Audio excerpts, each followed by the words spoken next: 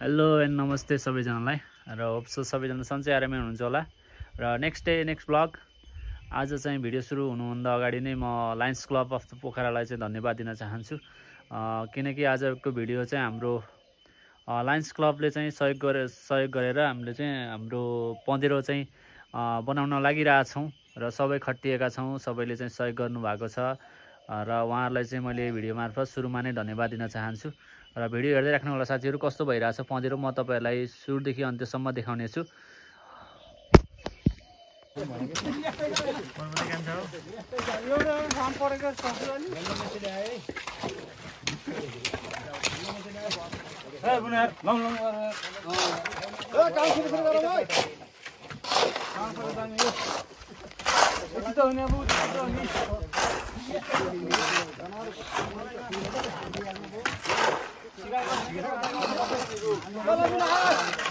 ल साथीहरू, यता चाहिँ तल ढलानको काम भइरहेको छ। सोलिङ गरेर अब चाहिँ ढलानको काम चलिरहेको छ भने माथि चाहिँ मसला बनाइरहेका छन् भने एकदमै राम्रो हुँदै गइरहेछ। पहिला चाहिँ यो पँधेरो पुरै एकतिरको साइड पुरै फुटेर पानी सबै रसाएर गइरहेको थियो र यो बाटोमै भएको कारणले गर्दा पनि यो पँधेरो एकदमै बनाउनु पर्ने थियो र हामीले चाहिँ बनाउने पनि भनिरहेका थियौँ।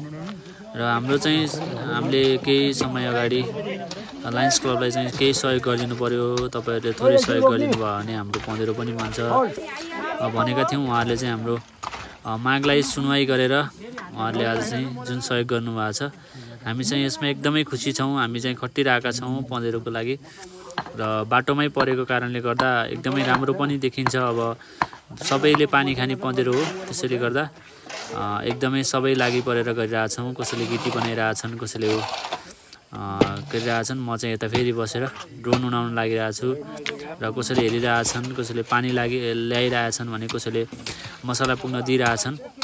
अब चाहिँ काम बिस्तारै सकिन लागिरहेछ र म तपाईहरुलाई भिडियो मार्फत देखाउँदै जान्छु, तपाईहरु हेर्दै जानु होला।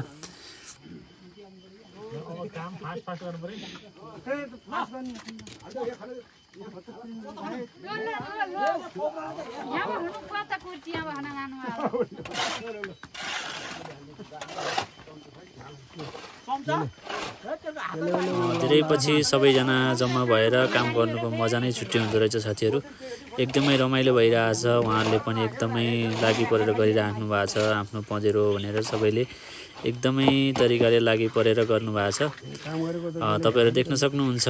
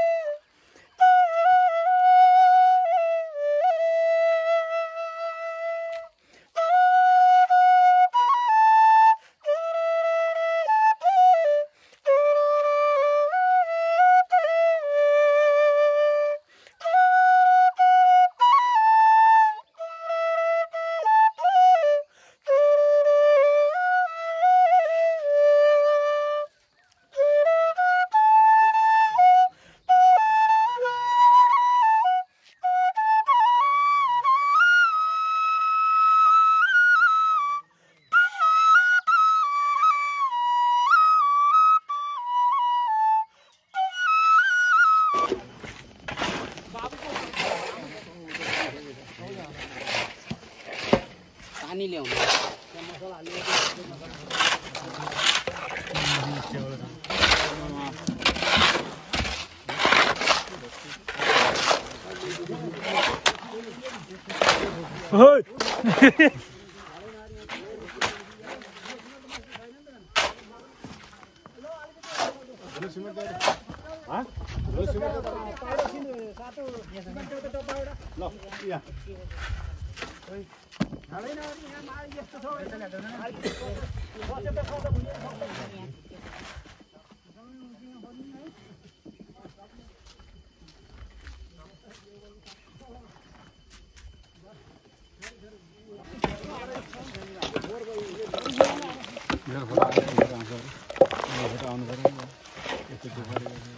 ढलानको काम पनि अब बिस्तारै सकिँदैछ। के भन्नुभयो न्युटन? हाम्रो गाउँमा यो मान्छेहरु कोही छैन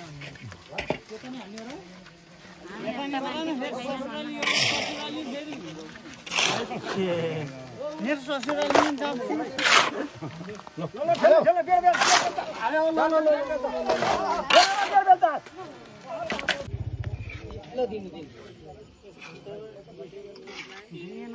ल साथीहरु यो चाहिँ फाइनल्ली अब बनिसक्न लागेको छ। यता तल चाहिँ ढलानको काम पनि सकिसकेको छ। देख्न सक्नुहुन्छ कति राम्रो देखिरहेछ। धाराको टुटिहालेपछि अझै राम्रो देखिन्छ होला।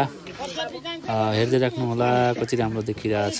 सबैले हातमारा गरिराख्नु भएको छ है। र यो सिँढीको काम पनि भइसकेको छ। यतापट्टि अब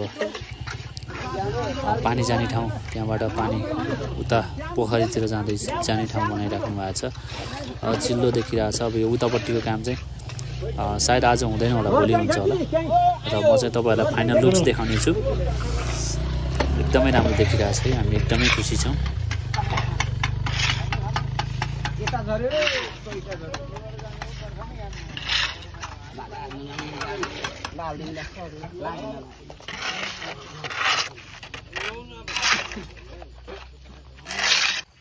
ल आज चाहिँ काम सकिसकेको छ। ट्याङ्की पनि कतै चुहिएको छैन, एकदम नयाँ जस्तो देखिरहेछ। देखाउँछु म यहाँको धारा कस्तो भइरहेछ हेरौँ है त।